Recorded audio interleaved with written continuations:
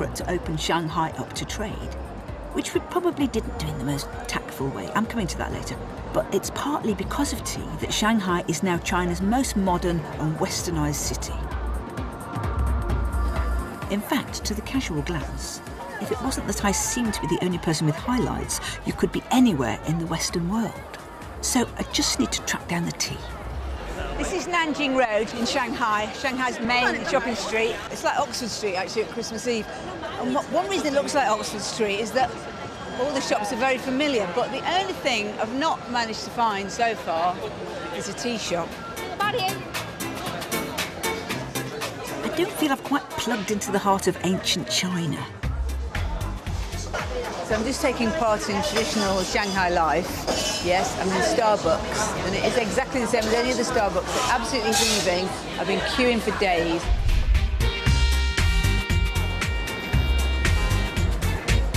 With a generation of young people all looking towards the West, I guess it's not surprising that coffee would be taking over from an old tradition. But there is tea running through the heart of Shanghai. One of the city's most interesting restaurants is Madame Cui Ping's. She not only serves tea, her food is cooked with tea. For once, as a vegetarian, there's lots for me to choose from. And they really make it an event.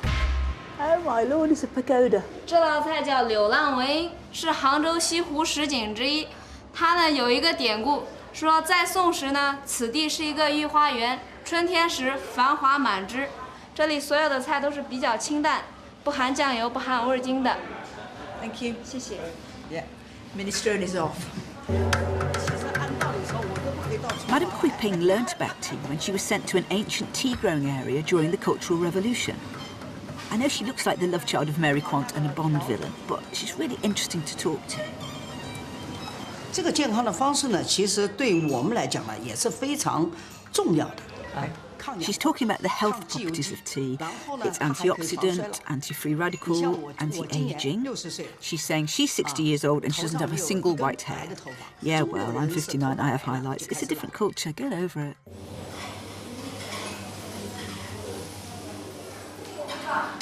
That's really nice. I do love soup, but I'm not doing the story of soup. I'm trying to get to grips with tea, and I don't feel I've quite got to the heart of it yet. Shanghai is important, as we'll see, but it's not where the story truly begins. I think if I'm going to get to grips with the oldest and most sophisticated tea culture in the world, I'm going to have to go somewhere else.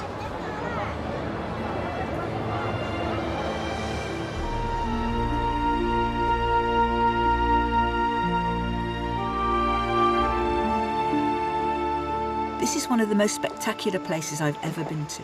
This is Wuyi Mountain, on the northern border of Fujian province. I've left the city far behind to come to one of China's oldest tea-growing areas. Some of the first tea we ever tasted in Britain, more than 300 years ago, grew here on these hillsides. It came right down from the top of the mountain. It was carried by Chinese peasants in packs on bamboo poles. They brought it down the mountain, it was rafted along. So by the time it started its sea voyage, it had already travelled 1,000 miles. And that's why the tea was so precious. It could easily be damaged or lost on the way. The stuff that actually reached the London docks was incredibly expensive. Of course, we were desperate to find out how it grew, but the Chinese would never let us further inland than the coast, though one or two did try. By the end of the 18th century, the British had gone absolutely crackers for tea, and they literally couldn't get enough. So the hunt was on to find tea seeds, to find methods of growing tea, to see if we could grow it somewhere else and not be dependent on the Chinese for trade. So this gentleman called Robert Fortune worked in the botanical gardens in Chiswick in the 1840s. He actually came down this very river, which he calls the Stream of Nine Windings, to see if he could get seeds, get information, get plants and bring them back. Well, to penetrate into the heart of China, he had to dress as a Chinese person. He even had to grow his hair into a pigtail, which must have been quite a novelty in Chiswick at that time. I don't think we have botanical espionage in quite the same way, but plants like the nutmeg, sugarcane and the rubber tree were hugely valuable to the empire, and the tea bush was the most sought after and would be the most lucrative, if they could find it. And here it is. This bush, the Camellia sinensis, is the tea plant, and this is the plant that's become the most important plant in the world because all tea comes from this. But those first tea hunters didn't know that. They thought green tea and black tea came from different plants. I'm sad for us, we didn't know anything. But the Chinese, they knew everything.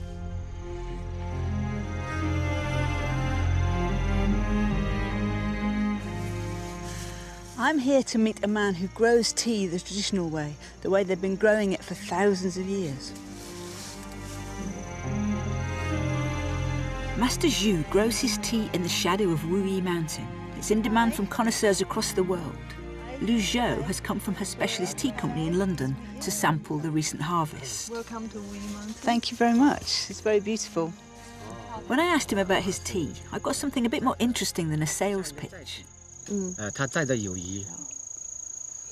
thinks tea leaves brings friendship to other people, Right. and by drinking the tea from the Wuyi Mountain, you can experience the nature and people's skill as well. So Lou, Yes. what's the skill in plucking tea? The most important thing you need to remember, not just grab it. No. You need to use 2 fingers Yeah. just to pick. When you see like 3 to 4 leaves, Yeah. it's okay, and Yeah. you see the bud. Yeah. So you just pick like this. They're good? Yeah, that's perfect. Very good. Is it fun? Yes, it's fun. I'd love to do the whole 4 acres if I had more time. So is this plant, Camellia, is it a tree or is it a bush?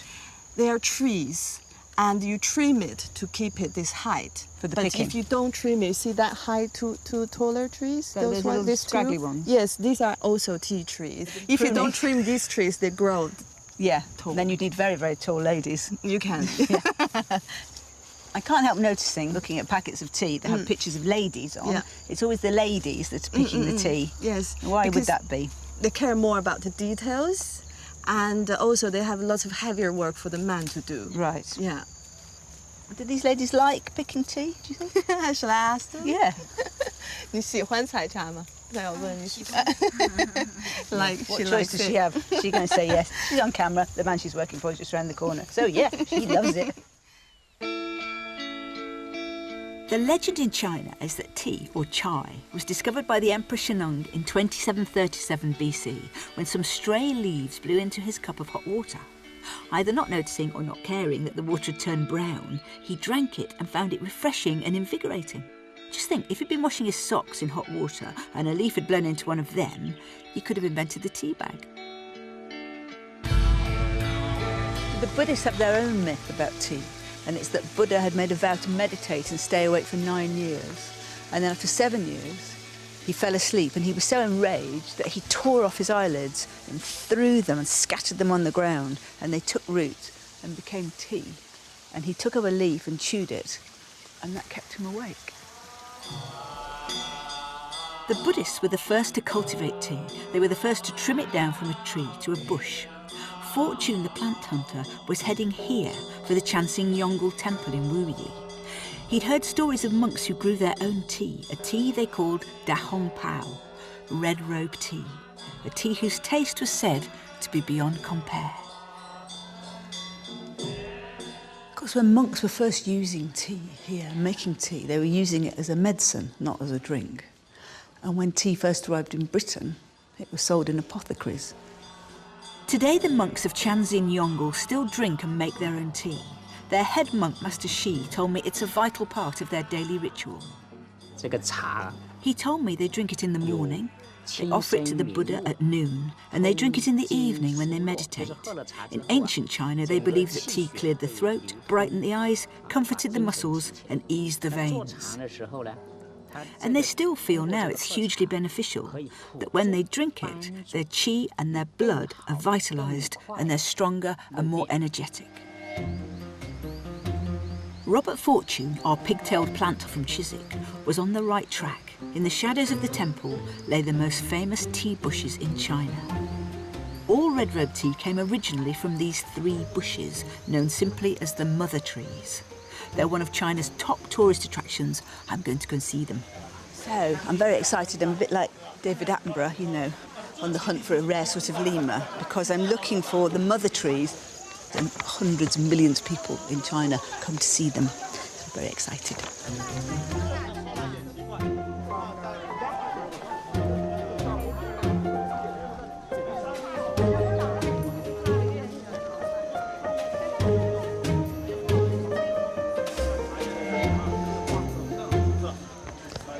That's them.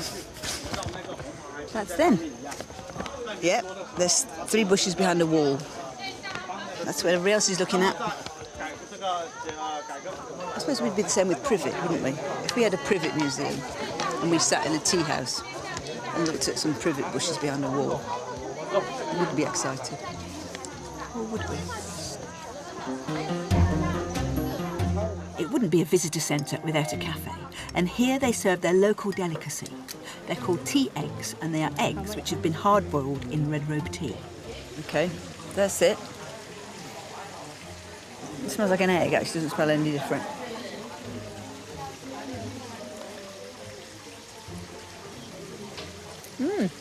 That's really nice.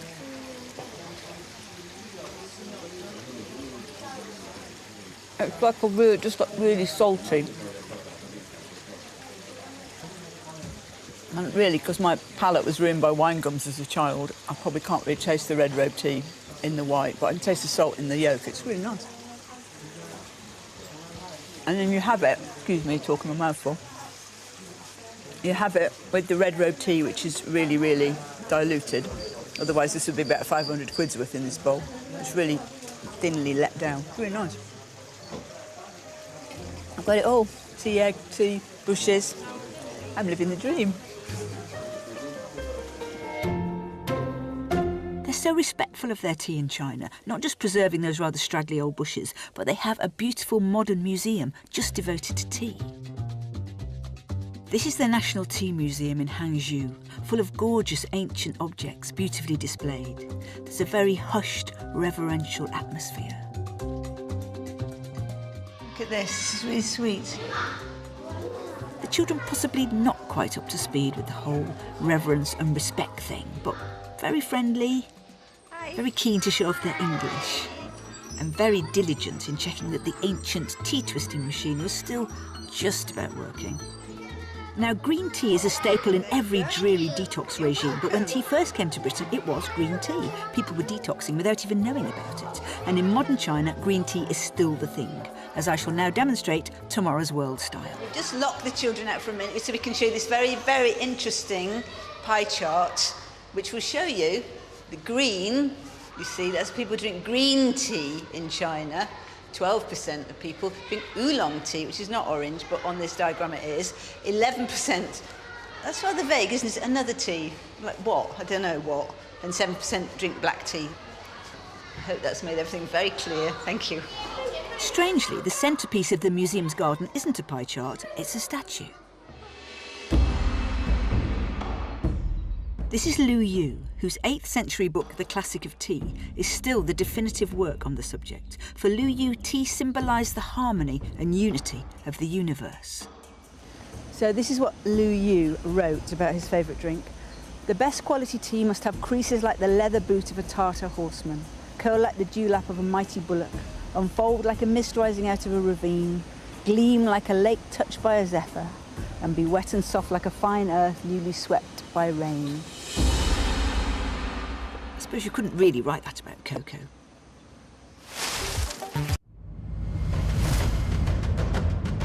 Thinking of tea into an art form, Lu Yu said tea had to pass through 6 stages involving 24 different implements before you could even get the biscuits out.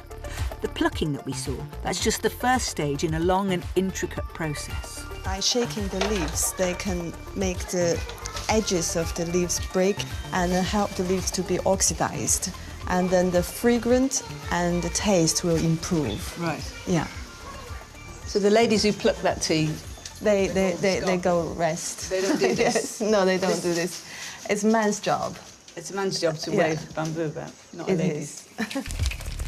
So it's been plucked and tossed, and now it's being rolled in a hot wok He says he doesn't burn his hands because he only touches the leaves, but looks dicey, doesn't it? And just so you know, black tea, green tea, white tea and oolong tea are all from the same bush. They're all from the camellia bush. And black tea is oxidised tea.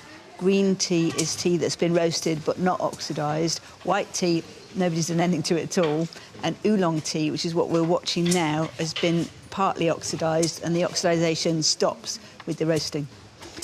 Everybody got that? When I said roasting, I meant toasting. So sorry, everybody. Please don't write in.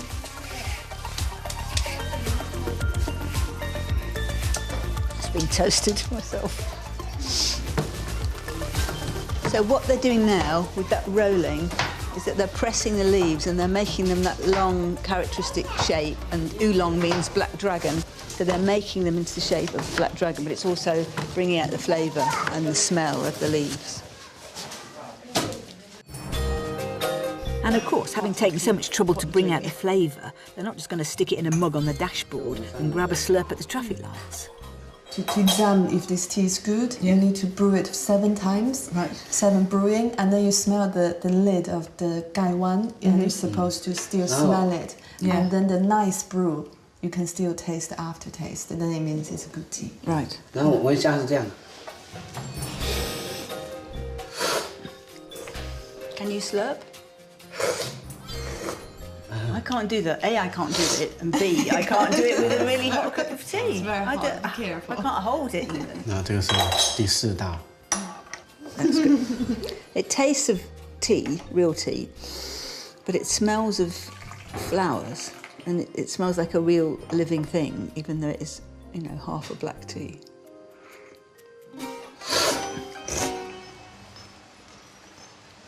Being up here in the mountains, and I've seen how they grow the tea and how they pluck it and the care with which they process it, all these little hand processes, and they treat it like a very rare and precious commodity, and they drink it with great ceremony. And all the days I've been in China, I've seen everybody drink their tea in that same way, and they make a ritual of it, even though it's just an everyday thing. And it is a world away from how we treat our tea. We buy it in big, cheap boxes. We buy as many tea bags as we can. We just prod it with a spoon. We chuck it away. But here, they make an everyday thing something special. And I'm rather inspired now, making a cuppa for me and my friends, to make it their way.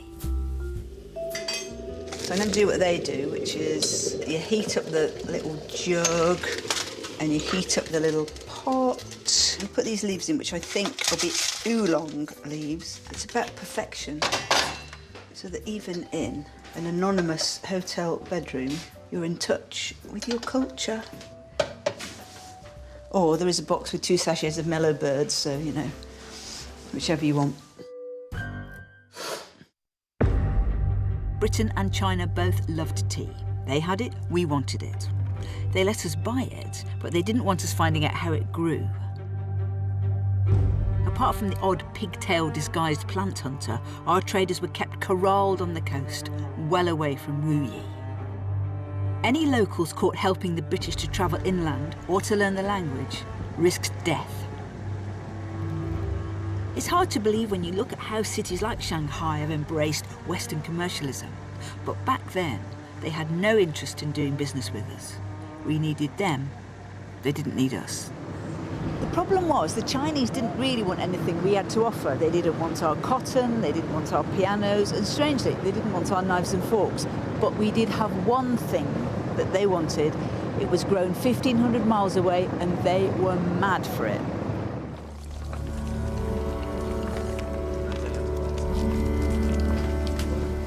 Our determination to get as much tea as we wanted was about to turn Victorian Britain into the biggest drugs dealer in history. This is opium, like tea, very sought after and even more addictive. It was grown by tribes on the borders of India, which at that time belonged to the British. It was bought by the East India Company and then smuggled into China, up to 40,000 chests a year. The money we made from the opium meant we didn't have to use our precious silver reserves to pay for our tea. Professor John Wong is a historian with a specialist knowledge of the Opium Wars. The tea trade was interlocked with the opium trade And these two together, one might say, was the foundation of the British Empire. It's all based on addiction, our addiction to tea. Yes, British addition to tea, and then Chinese addition to opium.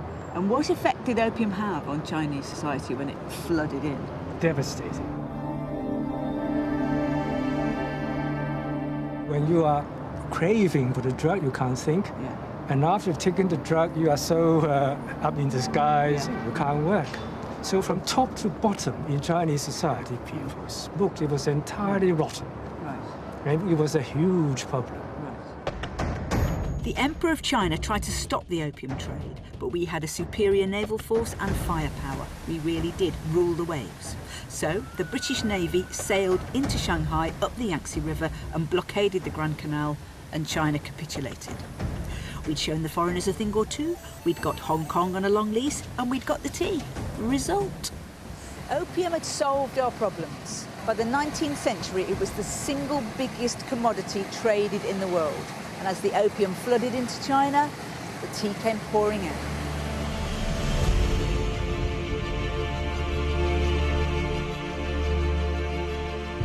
This was the golden age of the tea clipper. Slim, sleek ships designed to bring commodities into dock in the fastest time. The first tea bag would command the highest price. They would race each other from Shanghai and Canton round the Cape of Good Hope en route to Britain. This twist of the tea story brings me back to London, which by the early 19th century had become the centre of the international tea trade. And with the speeds of the racing ships reported in the daily papers, people in sight of the Thames were in a lather of anticipation. Tea's a very ordinary thing, isn't it? We don't get very excited about it. I'm certainly less than excited about this. But in the mid-19th century, people got really excited about it. They used to stand on the sides of the docks waiting for the ships to come in, looking out to where they thought China was, going, the tea's coming, woohoo! Reaching speeds of up to 17 knots, clippers like the Cutty Sark could bring home the tea in under 100 days, which was good because Britain by then was very, very thirsty. Between 1801 and 1911, the population of Britain quadrupled, but the amount of tea we drank increased 12-fold, which if you don't have O-level maths, which I don't, it means people were drinking a lot more tea. That's all you really need to know. And now we had a problem. Everyone was drinking more and more tea, but we didn't really like having to deal with the Chinese to get it. They were foreign, they didn't wear proper trousers, we needed to get it from somewhere else. So although we'd thrashed the Chinese in round one, we couldn't be sure they would play the game. And tea was now too popular to risk them taking their teapot home, so to speak. We had to have our own tea. Let's think. Can't grow it in England, not till we get global warming. I know, let's go to one of our other countries that we own. One of the hot ones.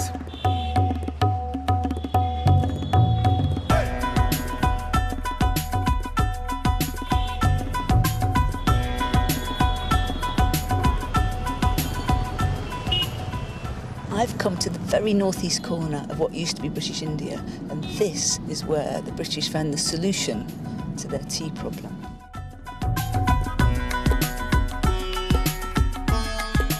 Somehow the Opium Wars had left relations between China and Britain a little bit strained, but India was British, so no problems there. Which bit of India? Let's think. Assam. Assam was the perfect place to grow tea. It's really fertile, it has a really gentle undulating landscape, and it has tons of rain.